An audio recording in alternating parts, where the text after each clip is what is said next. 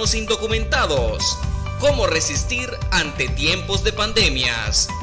Llámanos en vivo al 1-888-900-2811, extensión 6, y haz tus propias preguntas al aire. ¡Comenzamos! Good evening, my dear Tribuna TV viewers. Thank you for joining us. Today is August 4. Wow, I mean, how time flies. It was like already a month. Here we are again. Estamos hoy día, agosto 4, queridos televidentes de la famosísima Tribuna TV.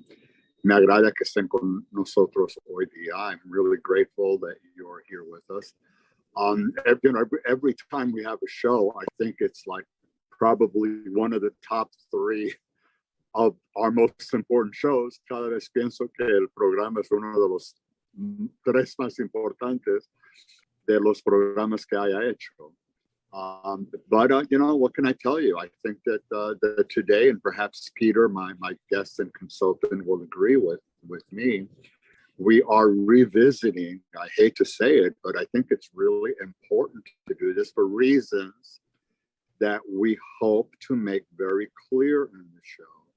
COVID-19, and more specifically, the mutations, especially the BA.4 and the BA.5. And I don't even know if our viewers are aware that there are other variants down the road. There's a BA.6. I mean, there's other mutations. These things just keep cropping up.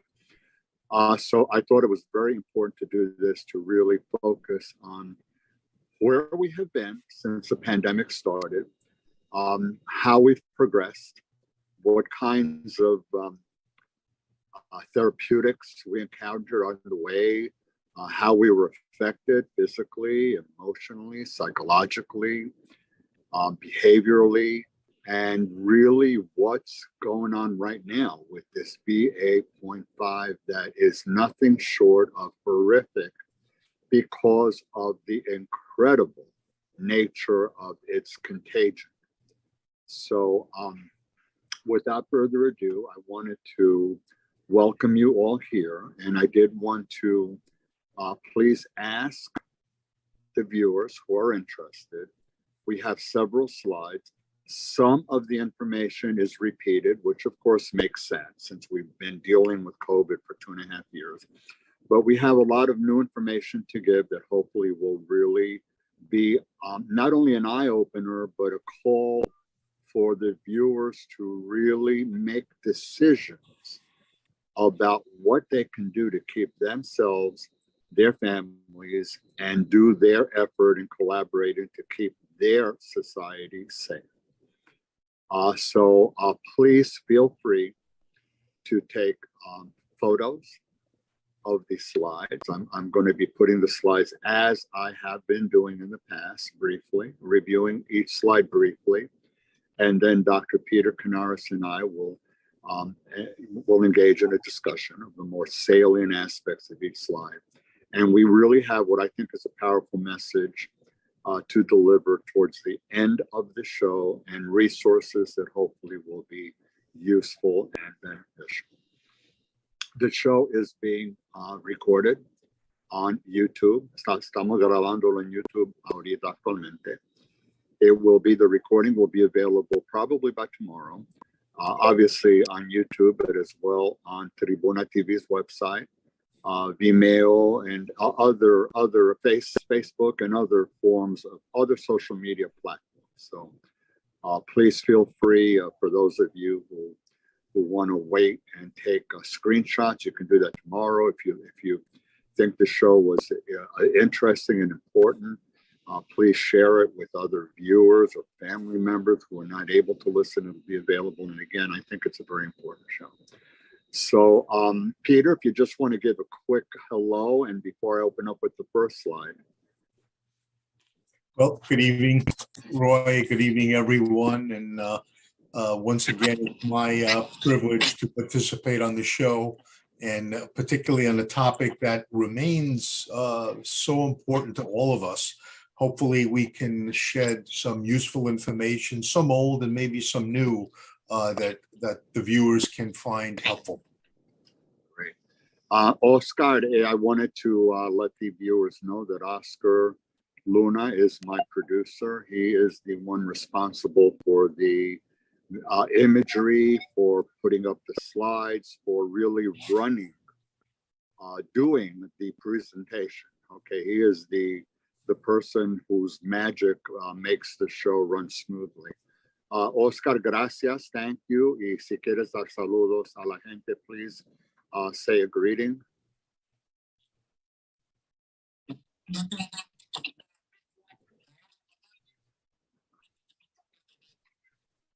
Yeah, be careful, save money, and he agrees with the theme.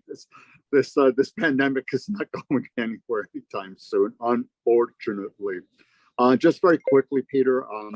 I know that you and I have talked about my show coming up to a 4th anniversary. I don't know if the viewers are aware, but end of August marks my 4th year doing the show, and I will have, as I've done previously, an anniversary show looking at some of the highlights over the past year. Peter as co-host of the show, and I'm looking to do it on the last Thursday of this month. And early in September, we will be doing a show on disasters, taking into consideration the recent horrific heat wave that has claimed lives, and the flooding that also has claimed lives, and we're in for a bad hurricane season. So I want to revisit disasters, okay, natural disasters, and also I wanted to do a tribute as well to the memory of 9/11. It will be the 21st anniversary on September 11th. So we'll do it almost around that time, I think September 8th. So without further ado, por favor, Oscar, puede poner primer slide and let me know when it's up, okay? Okay, so the topic today is done with COVID. Well, I got news for you. COVID is not done with us. That's not part of the title, but I'm adding it for a little bit of inflection. COVID is not done with us. I hate to say that, ladies and gentlemen. It's not. It's here to stay, and our behavior drives it, as you will see, to a large extent. Again, I'm hosting the show, and my consultant and guest, Dr. Peter Canaris, who you've seen on many occasions before. So here is an introduction and dedication. It's been 2.5 years. We've been dealing with COVID-19. Most people are worn down. Taking all of the well-known measures and steps to protect ourselves and our loved ones has not prevented so many from becoming ill and many from dying. COVID is here to stay. The latest BA.5 mutation, now dominant, is spiking and super contagious. In this show, Dr. Peter, who has long served as a consultant to the show, and I will take a close look at COVID-19, the proliferation and challenges we faced and now face with BA.5, not only here in the United States, but globally. This escalation is occurring in the midst of COVID lethargy. We're going to talk about that, and fatigue. They are not the same. We will talk about both of those concepts that we all feel from dealing with a pandemic. Differences between all or none thinking and a probabilistic approach and erroneous beliefs about having returned to normalcy. And I purposely put it in quotes because we're not normal, but we're thinking we are in a new normal despite COVID. Despite COVID, we're more or less back to normal. And given the numbers and different societal responses, really belie this and prolong our progressing from a pandemic to an endemic. Endemic is well less than a pandemic. Okay, it's a lesser kind of severity of an infection, and it would be wonderful the day we hear the CDC announce, Peter, I will celebrate that COVID-19, ladies and gentlemen, is now an epidemic, no longer a pandemic. Realistically, we are going to have to learn to accept and live with this very likely from now on. You've heard me say this before. I am reiterating it. in the face of the numbers that we're going to go over, it's an impossibility to find somehow that these claims of normalcy make any sense. They do not. This show is dedicated to all viewers who have been infected by COVID-19 for so long and are still coping with new mutations. And believe me, there's those that are in the sidelines just waiting, depending to a large extent on what we do. So, Peter, we're going to look at the first slide, a little bit of 2.5 years of COVID, just rehashing a little bit. Unfortunately, I hate to do this, but I think we really need a reality check to look at the numbers. So that's what I'm going to do in the next slide. Por favor, Oscar, puede bajar el número dos, el número uno, ponme el número dos. So 2.5 years of COVID, infections and deaths. This is as of July 22, so it's pretty recent. Global daily statistics, COVID-19 infections are rising in 72 countries. There have been at least 556,000, or no, 5 million. Okay, wow, it's overwhelming, Peter. 201,000 reported infections and almost 8 million reported deaths caused by by coronavirus. And effective August 4 of 2022, in the United States, we're looking at 93, almost 1 million. Wow, 93,000, almost 600,000. And that's, no, that's in millions. Peter, I'm having problems with these numbers. I apologize. It's 93 million. Yeah. I should have you chime in. That's 93 million. And that's over a million. That's over a million. And in New York, just coronavirus cases over 6 million and deaths over 70,000. Por favor, puedes sacar el slide. Wow, I can't believe that I'm struggling with those statistics, and I can understand why. Yeah. Because my brain doesn't want to wrap around those numbers. Yeah. That and I'm a little nearsighted, combination of both. Anything that you want to add to that? I think those numbers are so hard to comprehend. It's interesting, when there is a discrete tragedy. How many various kinds of tragedies have we heard about?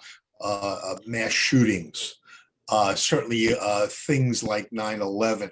When you hear the number of deaths associated with that, and we're taken back and just appalled to hear that, the massive numbers of people that have died from COVID. How many families affected? How many people affected in terms of the recovery that have not perished but have been struggling for a long term? It seems like it's harder for us to retain it. It's harder for us to stay with those numbers because they're so appalling. They're so overwhelming. We seem to be able to retain these other kinds of incidents that occur. This one sort of slips away from us. I think because it's too much to keep it in consciousness at all times. Just for the viewers to be aware of, I was able to pull the most recent data. That's August 4th. That's today. That's you can give you the number as of today that was posted. 93 plus million. That's what's that about? 30% of our population, give or take, somewhere in the neighborhood of 30%. Yeah. We're 350 or somewhat odd million, 380, somewhere in that area. I'm not entirely sure, but that's it's got to be anywhere between 30 to 35 or something. Close. Well, not a third, but maybe about a quarter.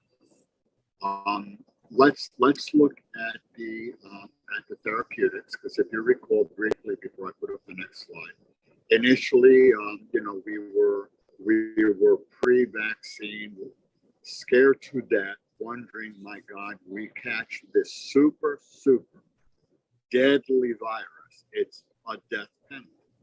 That's what we were worried about. Those were the numbers. We were listening to the Grim Reaper statistic every single day, and it was horrific. People were saying, oh my God, there's no protection. I mean, there's nothing, there's no medication for me to take.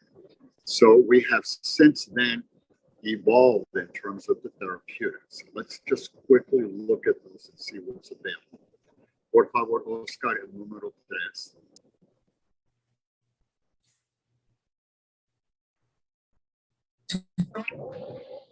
My dear viewers, you will recall the effort to emphasize the importance of wearing masks, keeping what I always refer to as physical distancing, not social distancing. And to this day, I still think that social distancing is an incorrect number. We don't want to be socially distanced. We want to be socially together.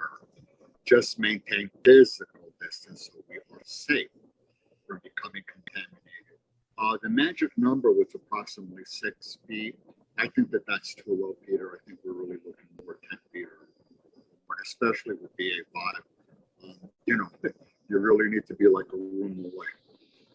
So distancing, sanitizing. This is not new. We were instructed to wash our hands. There were several little video clips, proper ways of washing, and little songs to sing, and that the songs lasted about 30 seconds. And if you sang the song while you were washing your hands, by the time you finished your song, you did the correct amount of washing your hands.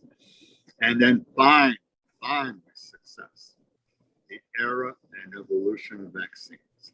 And I have that, I put some 2 photos on the left, adults 18 years and older, Pfizer, Moderna, Johnson & Johnson, and Novavax. And for children and teens, Pfizer and Moderna, and children ages 11 and under, Pfizer. And so these are vaccines that certainly are currently available.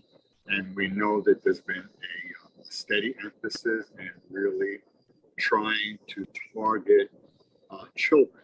Children have been a very exposed population. There's been a lot of information, some of it I think erroneous and misinformation, that children are not as at risk as adults. To an extent, it's correct when you're looking at the elderly and people who are immunocompromised. But I have seen too many children with the statistics who have died, and they have not had vaccines that have been of protection. So the numbers, unfortunately, still are low in terms of how many children are vaccinated and fully vaccinated. The other thing was the antivirals after exposure. There's been a proliferation of medications that help if a person is exposed to the virus and it's been within maybe 24 to 48 hours, and they react quickly. They get that antiviral, and it certainly helps with the coping and treatment and the deadly effects.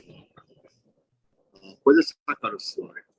Anything to add to those therapeutics, Peter? I'm going to get into BA5 stuff a little bit afterwards. Yeah.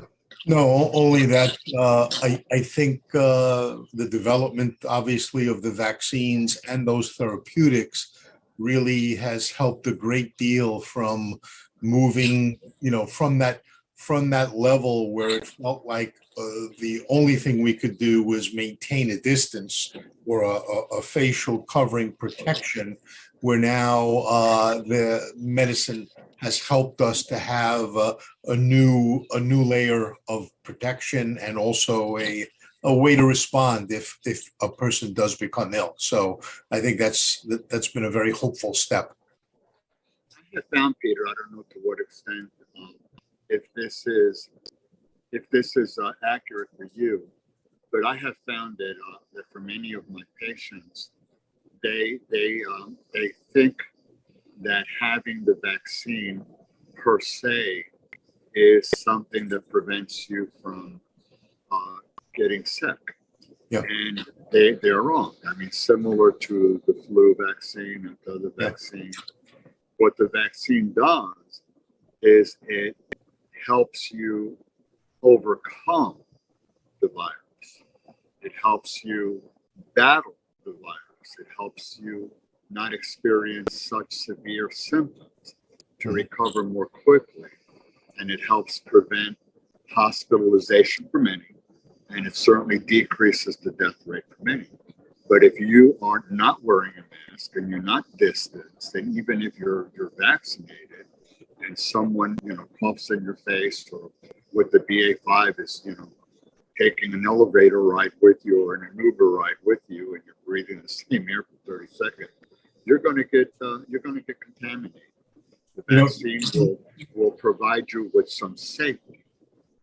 Roy, I think that conversely, that's been one of the unfortunate things, that the message has not clearly been understood, that people sometimes believe that, well, I've been vaccinated and I still contracted the virus, so the vaccine is no good, or the vaccine is not effective.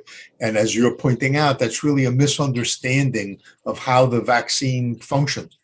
That it leads to less severe illness and a less likelihood of dying from the illness, but it does not prevent you from contracting it, particularly with the Omicrons and as things have developed. And that hopefully that understanding can improve as we go along. I didn't create a slide focusing on hospitalizations, infections, and death rates of people vaccinated versus unvaccinated. I assure the viewers that the statistics are frightening in terms of how bad it is for the unvaccinated people as opposed to those who are vaccinated. There are references that I provided at the end. Several of them, CDC and other sources. Viewers are welcome to click those. You'll see the vaccines. You'll see much more information about the vaccines. You'll see information about statistics. So you really get a full body of accurate, reliable exposure, education to what COVID is and what COVID is not, and the misinformation and correcting misinformation. These are reliable sources, ladies and gentlemen. Not like, your friend told you, or you read something on social media, or you looked at on Yahoo, or on LinkedIn or something, and people were saying, it's garbage, you don't need it. Those are not reliable sources of information. Okay. Por favor, Oscar, we're going to look at the most common forms of COVID-19 that we've had to deal with. You'd be surprised. Por favor, Oscar. So, just very quickly, started with alpha, graduated to beta, gamma, delta. You can see that it goes up the alphabet. Epsilon, eta, iota, kappa, zeta, nu. I don't have a BA5 here, Omicron here. I'm going to deal with it separately. So this is what we've been dealing with for 2.5 years. Okay. Puedes sacar el slide, por favor, y pon el 5. So this is the latest one. As soon as Oscar puts it up, BA5 and its impact. Omicron includes, look, BA1, 2, 3, 4, 5, and there's progeny down the road, 6, and I suspect 7. Initially, Botswana and South Africa in November of 2021, so it's fairly recent. The CDC confirmed the first case in the United States in November. By late December, Omicron was the predominant strain in the U.S. BA4 and BA5 are more contagious and pushed new daily cases above 125,000, hospitalizations above 6,000, highest level since February. Unfortunately, these mutations, BA4 and 5, are more resistant to our vaccines. The vaccines help. Don't assume that because they are not as effective at helping to fight off the effects of BA.5, then it's a waste of time. It's not. It still provides some benefit. It's just that it's not as effective. It evades the immune system, therefore increasing COVID-19 infection. The BA.5 Omicron subvariant now makes up 85.5% of cases. The symptoms are similar to previous variants. We're going to get into that in another slide. The FDA told vaccine makers, primarily, your Pfizer and but then they're not the only ones, in June, that boosters for the fall would have to combine protection. They would sort of have to be hybrids in the sense that they battle the BA.4, BA.5, and the original coronavirus strain. The U.S. has contracted to buy 105 million doses of the Pfizer combination and 66 million Moderna's version. My sense from the data that I've read, but let's not cut off slide, Peter, is Peter, unless you've heard anything different, the target looks to be approximately October-ish. Yeah, no, they're talking about the fall, and again, the fall is a time where you do sort of expect unfortunately, an uptick in cases and positive tests. So it couldn't be any more timely than getting updated vaccine by that time. The nice thing is that there's such a push, and I know President Biden has certainly taken the mantle in terms of trying to push this, so that the Pfizer, Moderna, they have incentives. They're really trying very hard to get this thing done. Also, just for the benefit of the viewers, it's not like the scientists, the epidemiologists, the specialists, the biochemists, all of the people involved in creating the vaccines, the geniuses behind it. It's not that they're starting from square one. There are many antiviral vaccines that are made. You have your scientists and your researchers. They use they use prototypes. They use stuff that's out there. They modify it. They test it. They do a lot of testing to see what the effects are. Add a little bit of this, a little bit of that, and what's the effect against this, and what's the effect against that. This is what they do. They do this with the flu virus as well. Otherwise, we'd be damned. I mean, it would be like a 2 to 3 year effort every single time to create a new vaccine. So there's a lot of vaccine prototypes that are there, and people, again, the geniuses at work, they're working on this every day feverishly. So I'm pretty hopeful that we will see something by October. Because of the continued spiking. I mean, the reality is this continues to spike. And I'm worried when I see those numbers. Por favor, Oscar, let's look at some of the medical effects. We're going to revisit this quickly. I don't want to spend too much time on this. We've gone through this again, so I'm just going to put the slide. Por favor, el número 6, Oscar.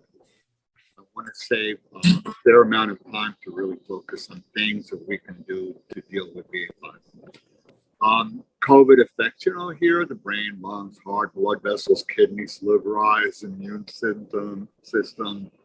What are some of the symptoms? Shortness of breath. I'm sure that many of the viewers either have contracted COVID or know of a loved one or dear one, or have had losses that are COVID related. And it's not unfamiliar to them. Congestion, running, cough. You know how many times, Peter, I have in session patients and I pick up the cough and I say, what's going on? What's going on? Oh, I think I just have a cold. Did you take the test? No, I think it's just just from la gripe, flu. Take the test. You really don't know, especially with BA.5. All you have to do, again, is to have been exposed to somebody for about 30 seconds, and you are contagious. Headaches, chills, bodily aches and pains, including chest pain, nausea, diarrhea, lethargy, feeling tired, run down. Very typical. I get a lot of my patients talking about loss or changes in sensation of smell and taste. Some of my patients tell me that no matter what they do, they have like a bitter taste and that they don't smell food. In children, tiredness or fatigue, headaches, difficulty sleeping, concentrating, muscle and joint pain, and again, a very telltale sign. Puedes sacar a slide, por favor.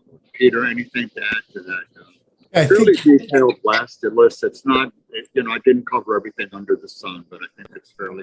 well, but I think if you look at that list of symptoms, Roy, probably with the exception of the issue with smell and taste, so many different conditions can manifest those symptoms with a variety of illnesses. And I think that speaks to the importance of testing.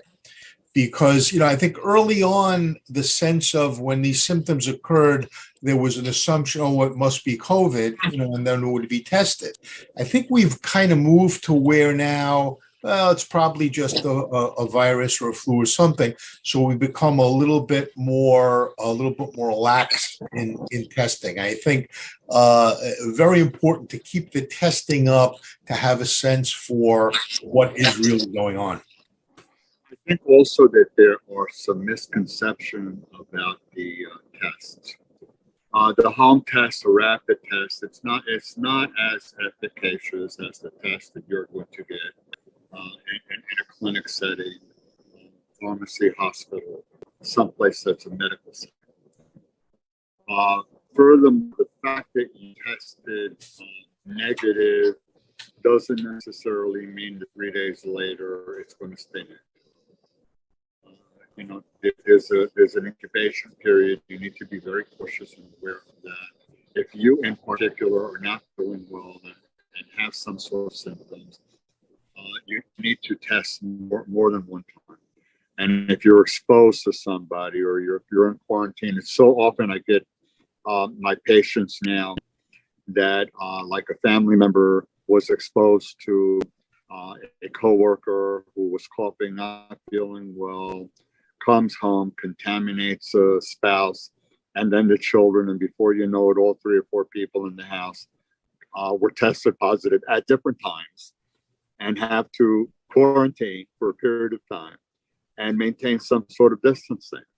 And it's not, I would not automatically say that just because 5 days go by, you're fine, go out and life is just the way it was before.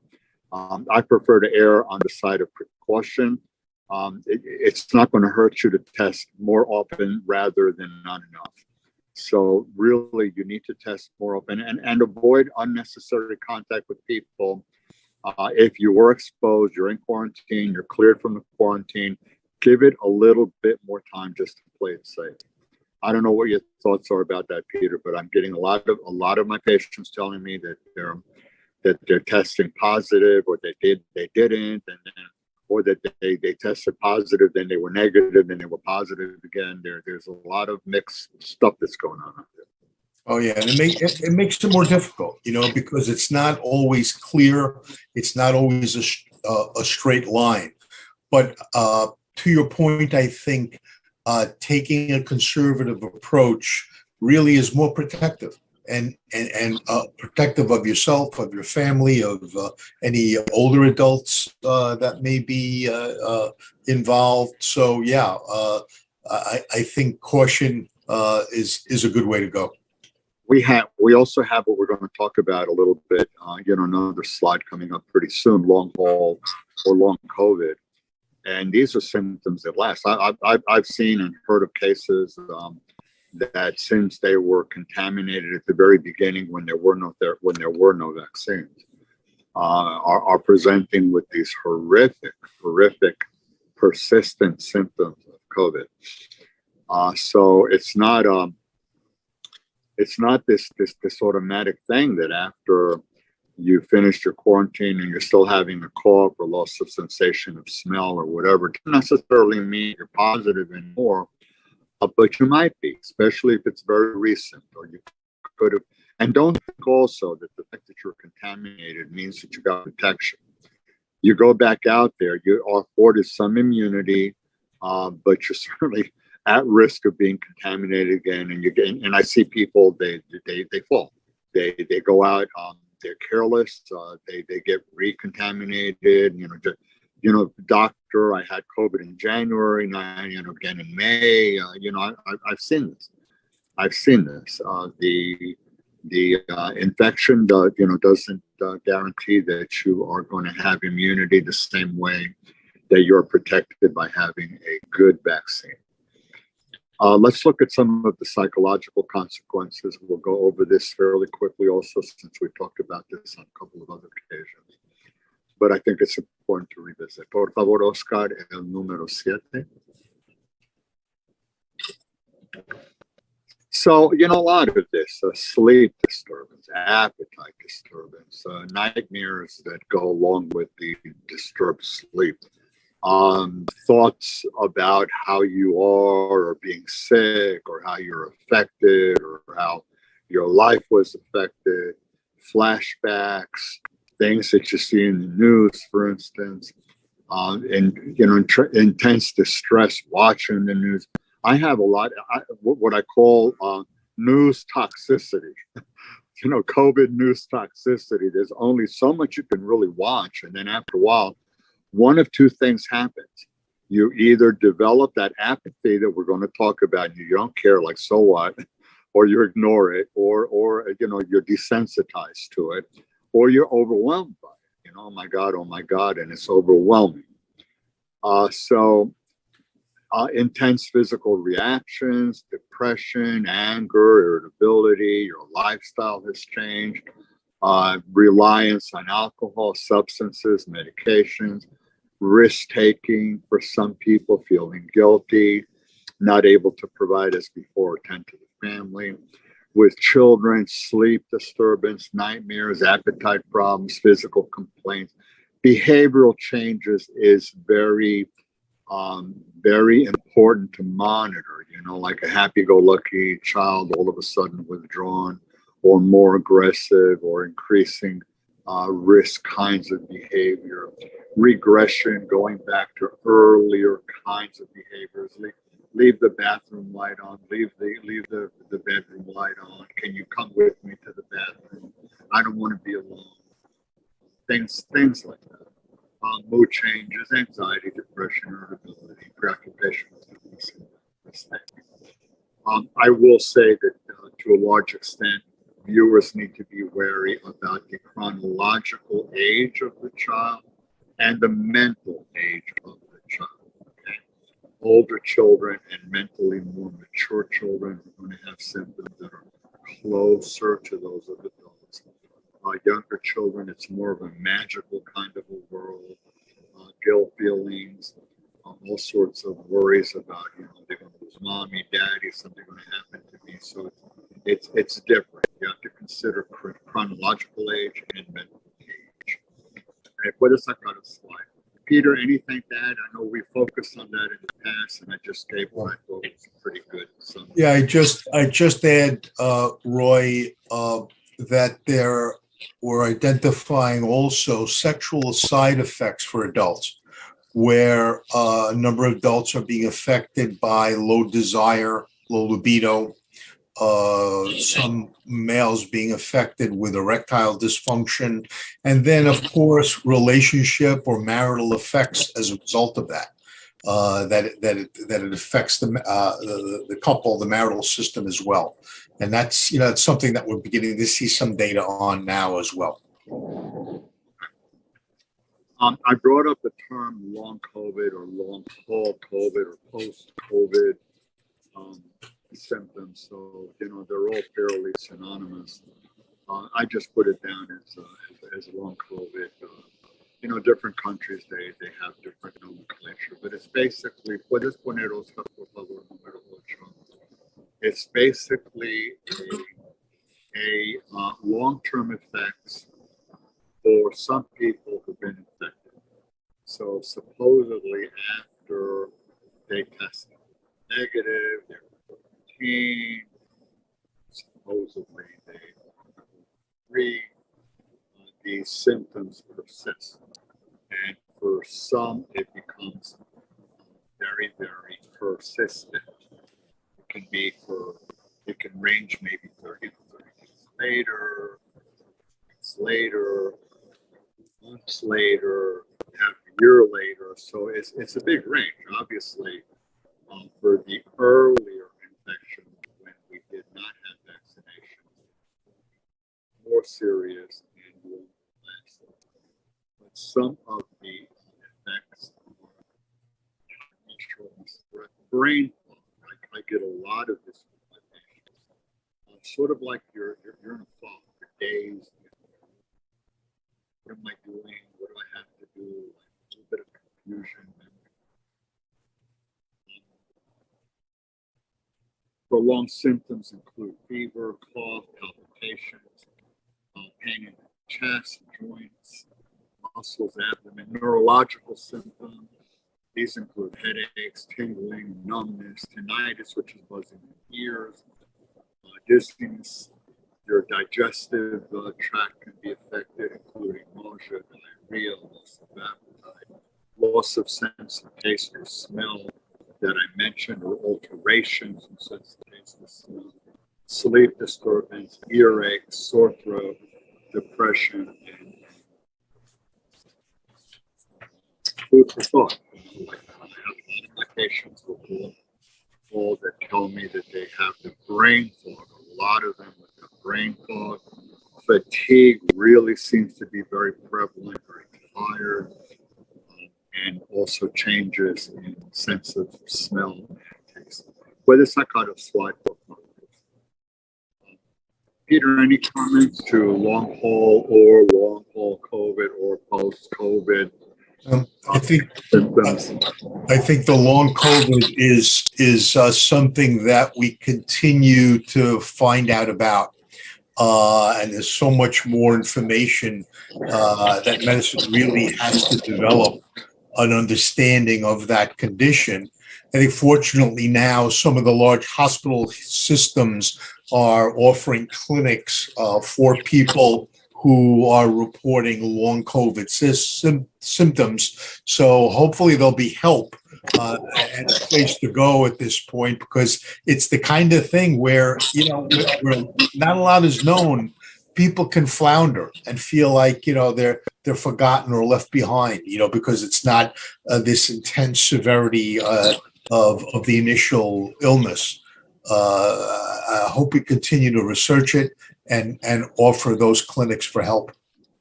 But it's really a drain, and it can be awful for patients who experience it over and over and over again. It's something that they just really feel very open overwhelmed. We're going to get more into some of the substance, the meat on the bones part of what I wanted to get into today. We're going to get into COVID fatigue and COVID apathy. Por favor, número 9.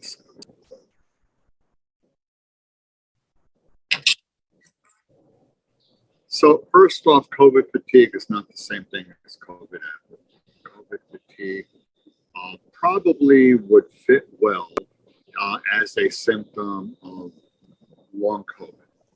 It's fairly common. People reportedly, they feel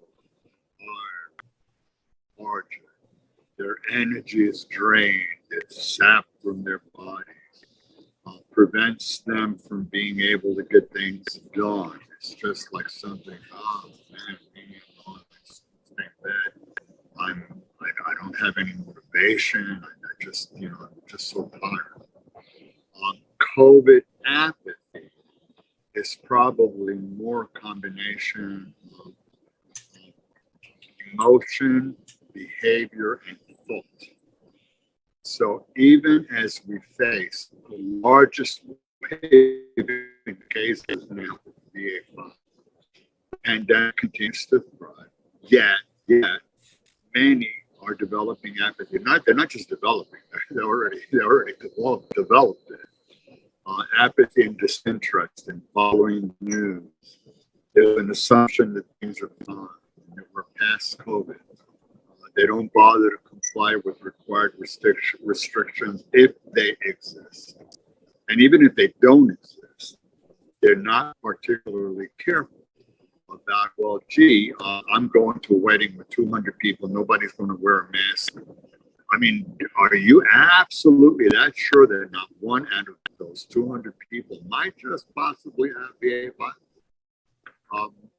Just as an FYI, the percentage of patients, people who report long COVID is probably in the area of 20-ish to 23%. So close to about 1 in 5. So it's something that's actually there. Okay, I'm just talking not necessarily, for a year and a half or whatever, just longer than what you would say it's over on fine. Getting back to the COVID apathy, they again not bothering to comply, not avoiding large gatherings, or at least not even exercising any reasonable precautions if you go to. It's the behavior, and this is what I really want to focus on.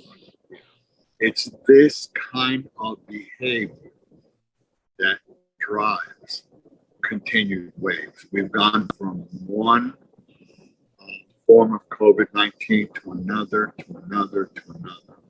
And I recall a long time ago hearing from experts, in particular Dr. Fauci, but not just limited to him, indicating that to the extent that people do not do what they have to do to prevent getting infected, that the active mutation will find a body and will mutate. This is what they do. They thrive and they continue to mutate. This is what the viruses do. They thrive and mutate to the extent that they're able to find hosts that they can infect. So this is what I mean by it's our behavior that's driving this. Okay, I mean, I'm not taking anything away from the effects of COVID itself. Obviously, it's horrific, but our behavior is keeping COVID alive. With this, I got a slide, Peter. Yeah, and that's being able to persist and maintain precautions in the face of this long period of time that we've been dealing with this. I think people wear down, and in that process of being worn down, it's easier to kind of engage in sort of denial that, well, we're back to normal, and I'm not going to take any of the precautions in mind anymore. And it becomes this, we'll talk a little bit about that all or none kind of approach. The gray is much harder than black and white. It's very difficult to be able to nuance and be able to say that, okay, you know what, I can make certain adjustments. Perhaps I don't have to take an extreme approach, but that's very different from sort of pretending that there isn't the threat or there isn't the risk anymore. Being able to maintain that middle ground, I think, is the challenge that we face as a society. Let me just give you two patient examples, I think, just from this week. One was actually 2 weeks ago, a brand new intake. And I remember telling her when I was talking to her, and I did my intake, I believe she was, I don't recall either an automobile accident victim or an occupational injury victim. I don't recall which. But following taking the intake, I said to her, be very careful outside because of the heat wave, ladies and gentlemen. We're in a heat wave. It's horrible in many parts of the country. It has claimed lives. It's very bad if you're elderly and immunocompromised. All you have to do is be out under the sun and you start feeling a little dizzy or dazed. and dehydrated. Next thing you know is you pass out. And in some cases, that passing out can be permanent. So really, heat wave.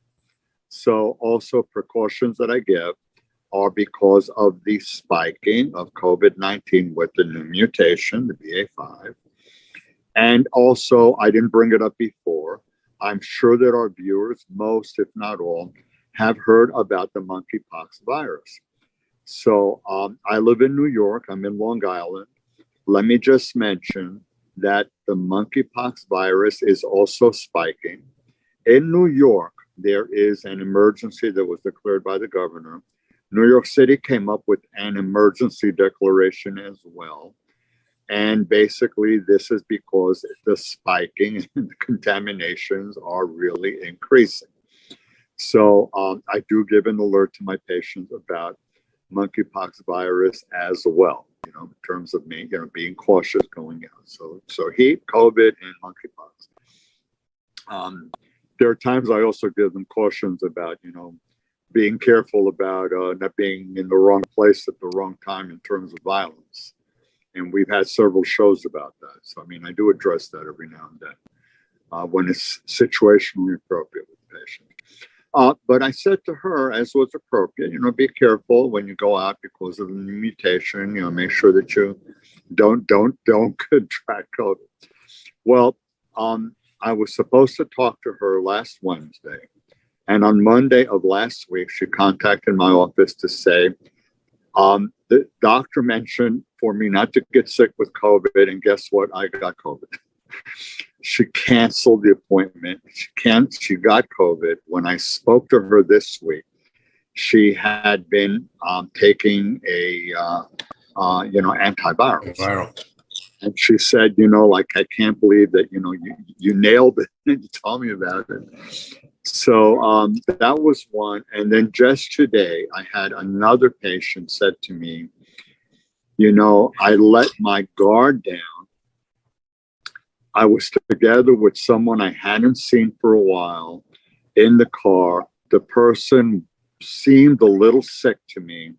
I let my guard down. It's been 2.5 years and I was fine.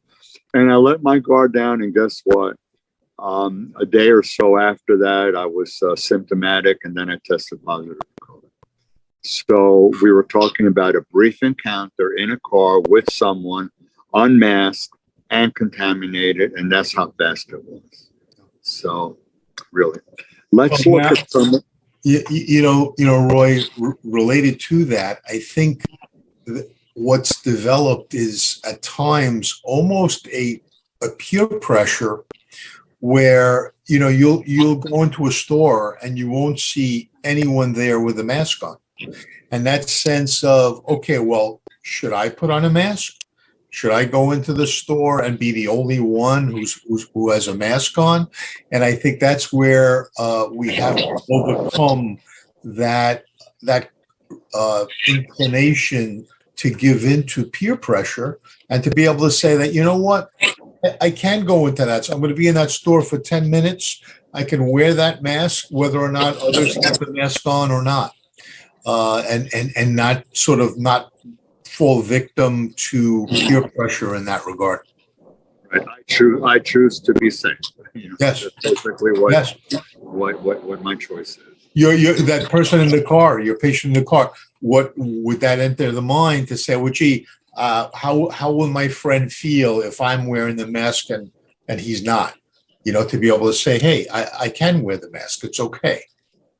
Well, she told me, because she was still symptomatic, because she really got it bad. She was administered the antiviral, so she was still coughing and symptomatic. And she said to me, "Oh, that's the other one. Okay, the one that was in the car."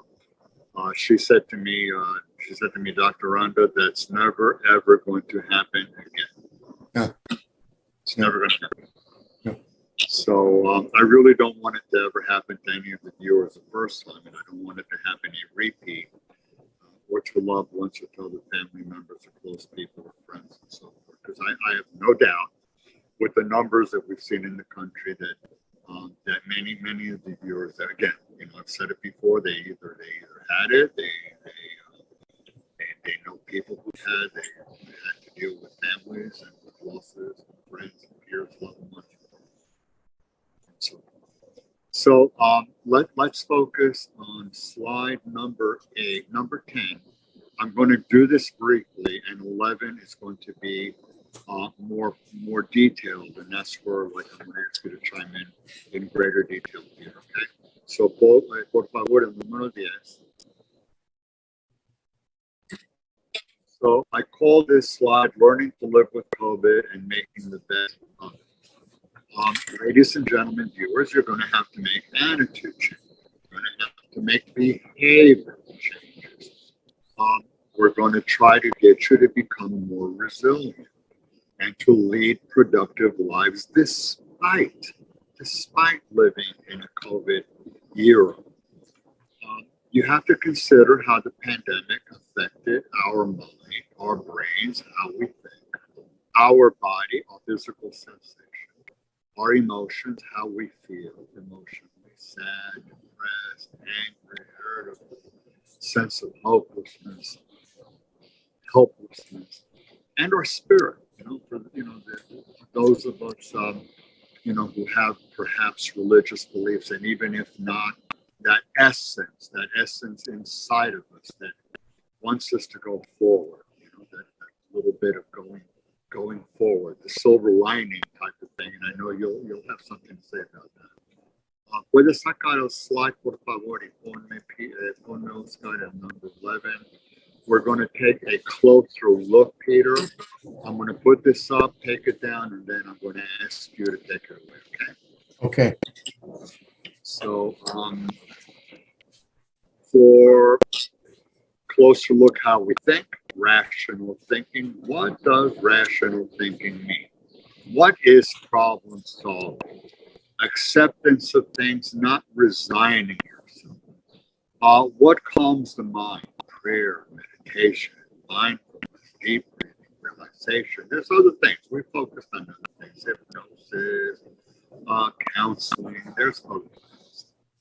Caring for our bodies, nutrition, sleep, exercise, movement, dancing, returning to medical care if you've been negligent. What feeds the soul?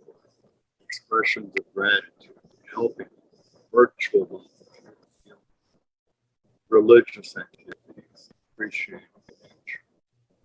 With this, I got a slide. So some of this is stuff that I got from you previously here.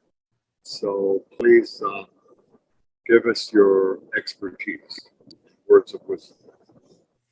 Yeah, well,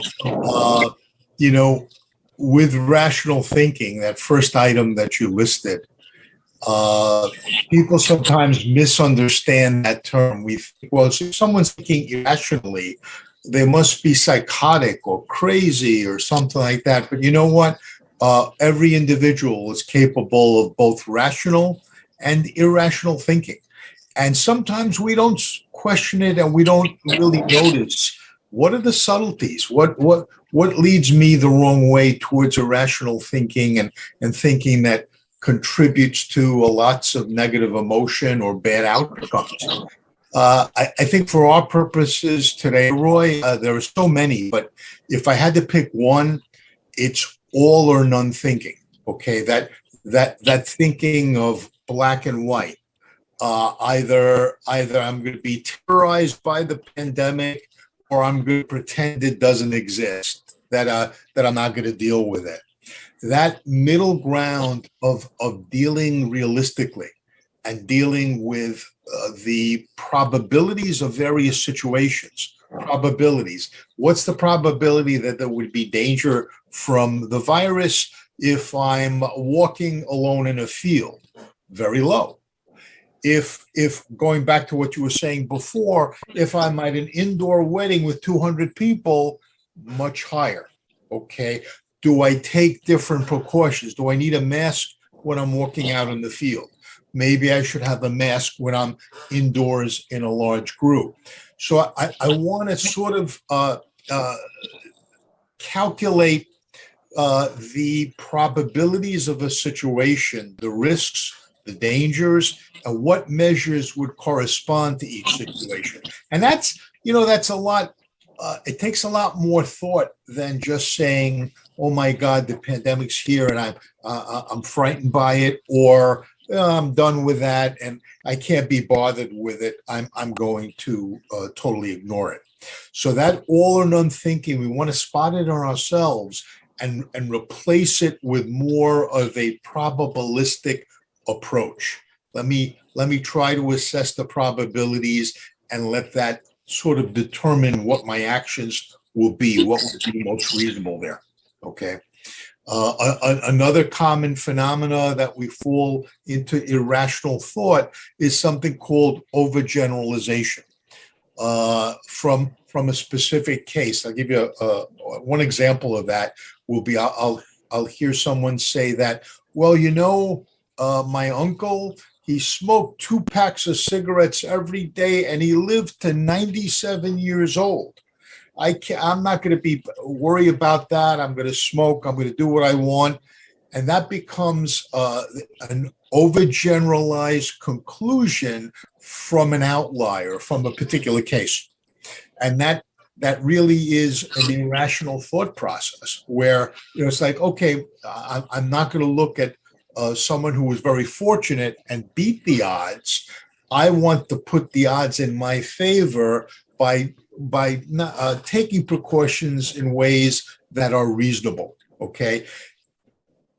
Just because I can't guarantee my safety, and just because there is that awful realization that I don't have total control, I can't control outcomes, I can't control what's going to happen, but I must recognize that just because I don't have control, I still have a great deal of influence over my life and over what might happen.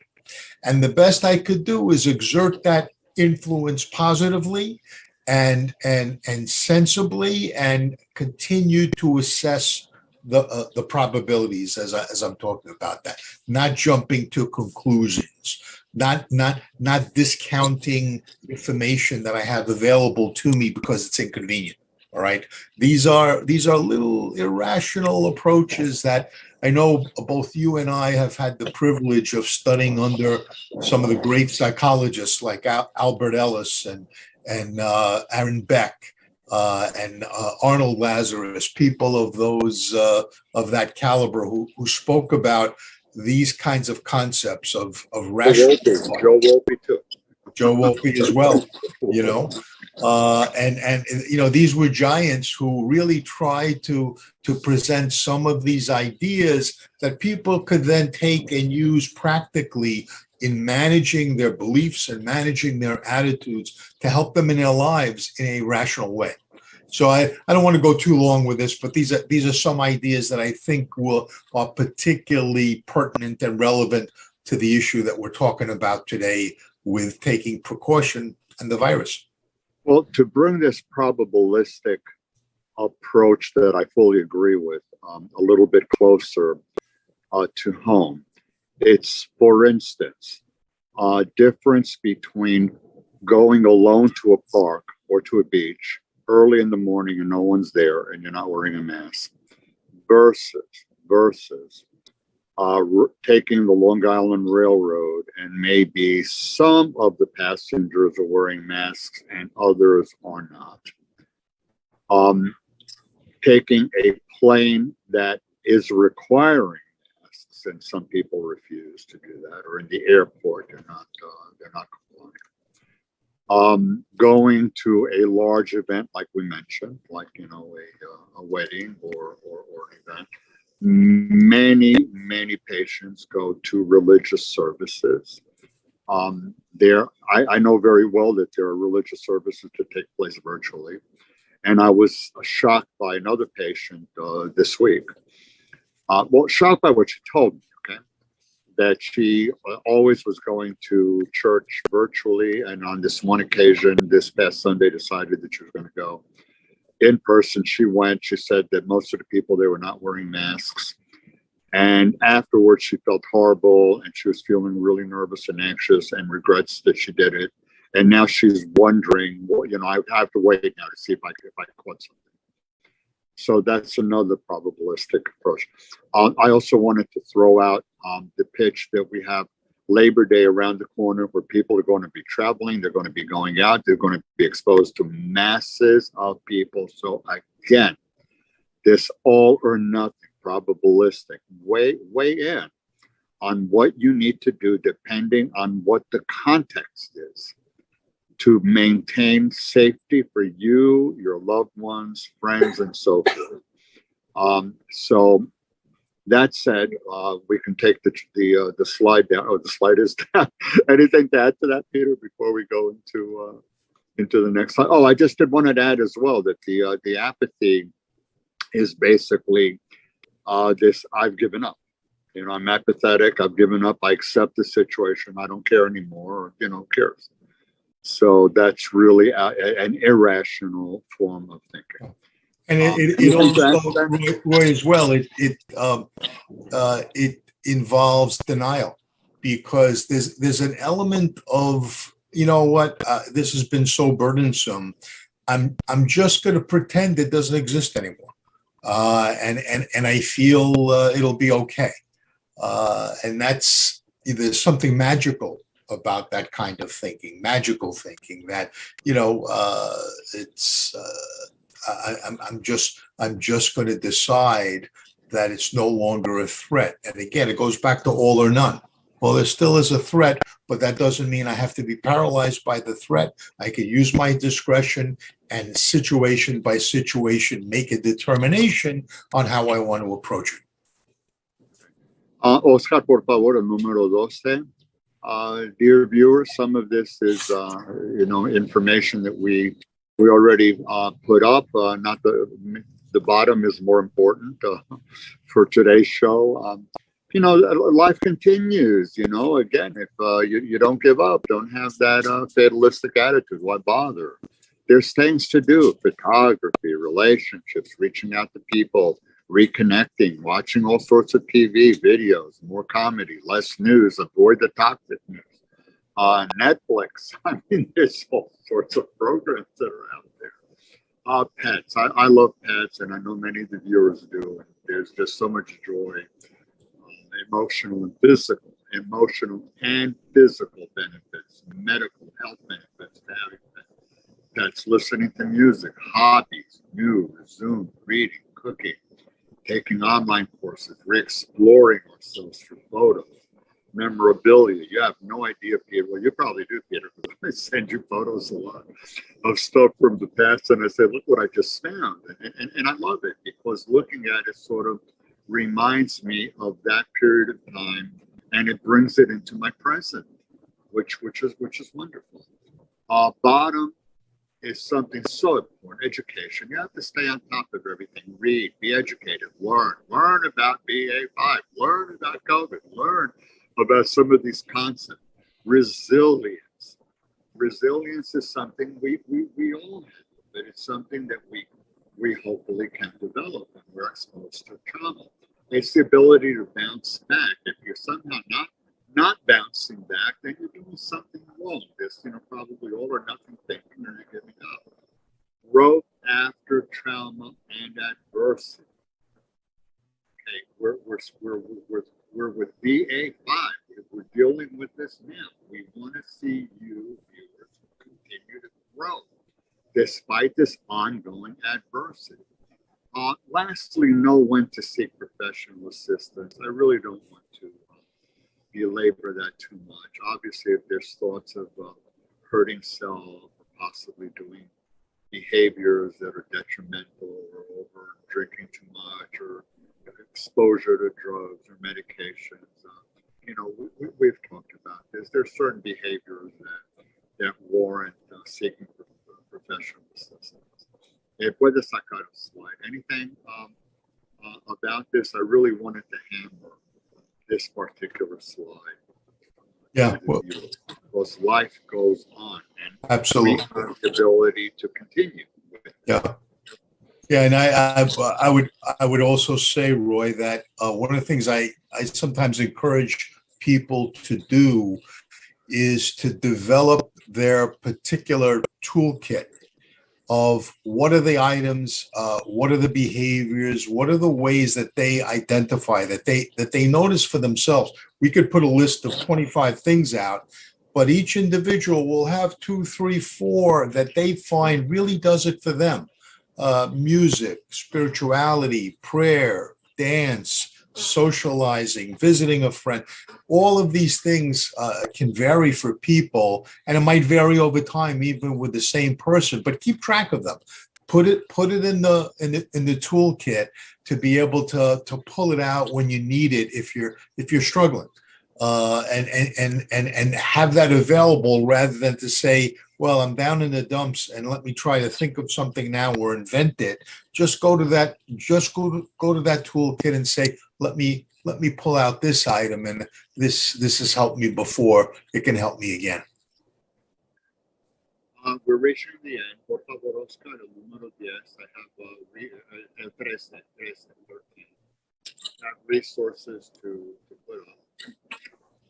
You can see me on the left, Peter on the right. We've done this before. This is contact information. New York State Psychological Association, address, phone number, website. They are the largest psychological association in the state. They do a lot of wonderful things, many programs for the public, and they also have a listing of psychologist members who provide services to the public, able to see if you need some help, where they are, and the type of service that they provide, kinds of insurances and prices for you to take a look at. APA, the American Psychological Association. This is the parent. ¿Cómo?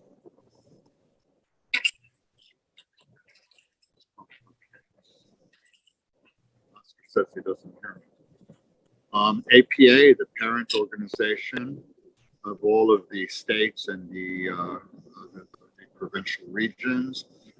New Jersey, all you have to do is type in New Jersey Psychological Association, Connecticut Psychological Association, California Psychological Association. You'll get the Psychological Association for whatever state you're in if you're not a New York State resident, and I provided you the contact information. Westchester Psychological Association is for people that are sort of mid-upstate in New York.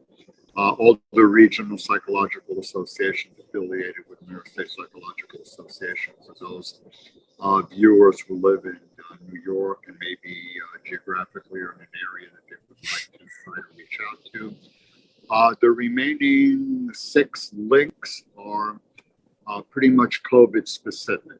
Trackers, coronavirus tracker, the vaccines, the variants, the BA5.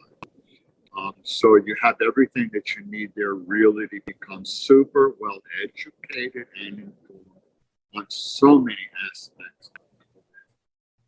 There's a lot of information, a wealth to read on, all sorts of resources and references. It's not something that you take a look at. Por favor, Oscar, puedes sacar the slide. So, Peter, we're at the end. I just wanted to remind the viewers just before we wrap up now that the last Thursday, I believe it's going to be August 25. We're going to do the 4th anniversary show of the TV show. And September 8th, we're going to do a show on disasters that I already mentioned, the heat, hurricanes, the tornadoes, and in memoriam, also dedication. So that said, Oscar, algunos saludos para los televidentes ahora que estamos acabando.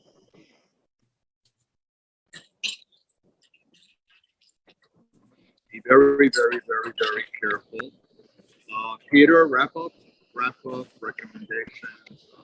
Any last parting comments to the viewers, or last parting comments about the show or my performance? Well, Roy, I would say that we're all we've all been kind of worn down and affected for a very long time now with this virus, other diseases that are coming in.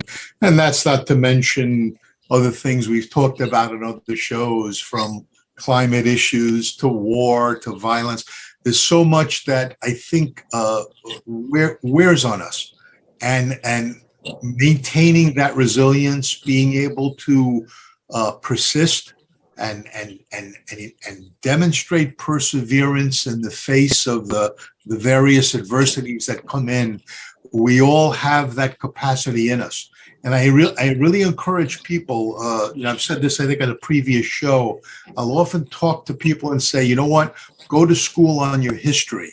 This adversity in front of you now that you're facing, this is not the first adversity you've faced in your life and made it through. Remember that you are resilient. Remember how you got through past challenges, and realize you're going to get through this one as well. But persistence is the way. Okay, thank you, Peter. To the viewers, this was a pretty long show, and we covered a lot of information, so there's a lot to digest. Again, I encourage you to look at the recording tomorrow, and if you want to take screenshots, by all means do. It's very difficult to cover and provide a comprehensive overview of 2.5 years, and focusing on where we are now with this BA.5 mutation and concepts such as apathy, lethargy, and the long COVID and our behaviors and so forth. But I think that it was very important, and I'd like to think that we gave you at least a good summary, good overview for a show that's about a little bit over an hour, 15 minutes long. I'm just glad that, like, Oscar can't take a cane and pull me by the neck and give me a stop, so I run a little bit longer sometimes. But to the viewers, really, I hope that it's informative. I also equally hope that you appreciate that it's not my intention to in any way lecture and admonish or chastise or reprimand. I'm doing this because I do not want to see anybody hurt. I don't want to see people die. I don't want to see people hospitalized. I'm speaking from the heart, using my knowledge and education as a psychologist, neuropsychologist, and forensic psychologist who happens to have done a lot of research in the area of disasters and COVID. And I really want to just encourage people to do the right thing. Don't get swept away by the apathy. Don't get swept away by the symptoms and have this, I give up, why bother? There's nothing I can do. That's not true. There is something you can do. I've used analogies in the past, symbolism in the past. If it rains outside, you go out without an umbrella, you're going to get wet. If it's raining outside, you take the umbrella, you're not going to get wet. So same thing with COVID. You got COVID, find a COVID umbrella. You need your COVID umbrella. That's my message to you. Be safe, viewers. Be aware of your neighbors, your community. Reach out to people who you may have concerns about. Take care of yourselves. Thank you for being present today. And I look forward to seeing you all on the 4th anniversary and then subsequently on the disaster show in December. Peter, thank you. Oscar, muchas gracias. Again, to all my viewers, stay safe. Thank you for being with us. Please be safe. I'm probably going to get a chance to mention Labor Day at the next show and give another caution. So, muchas gracias a todos. Buenas noches. Good night, everybody. Good night.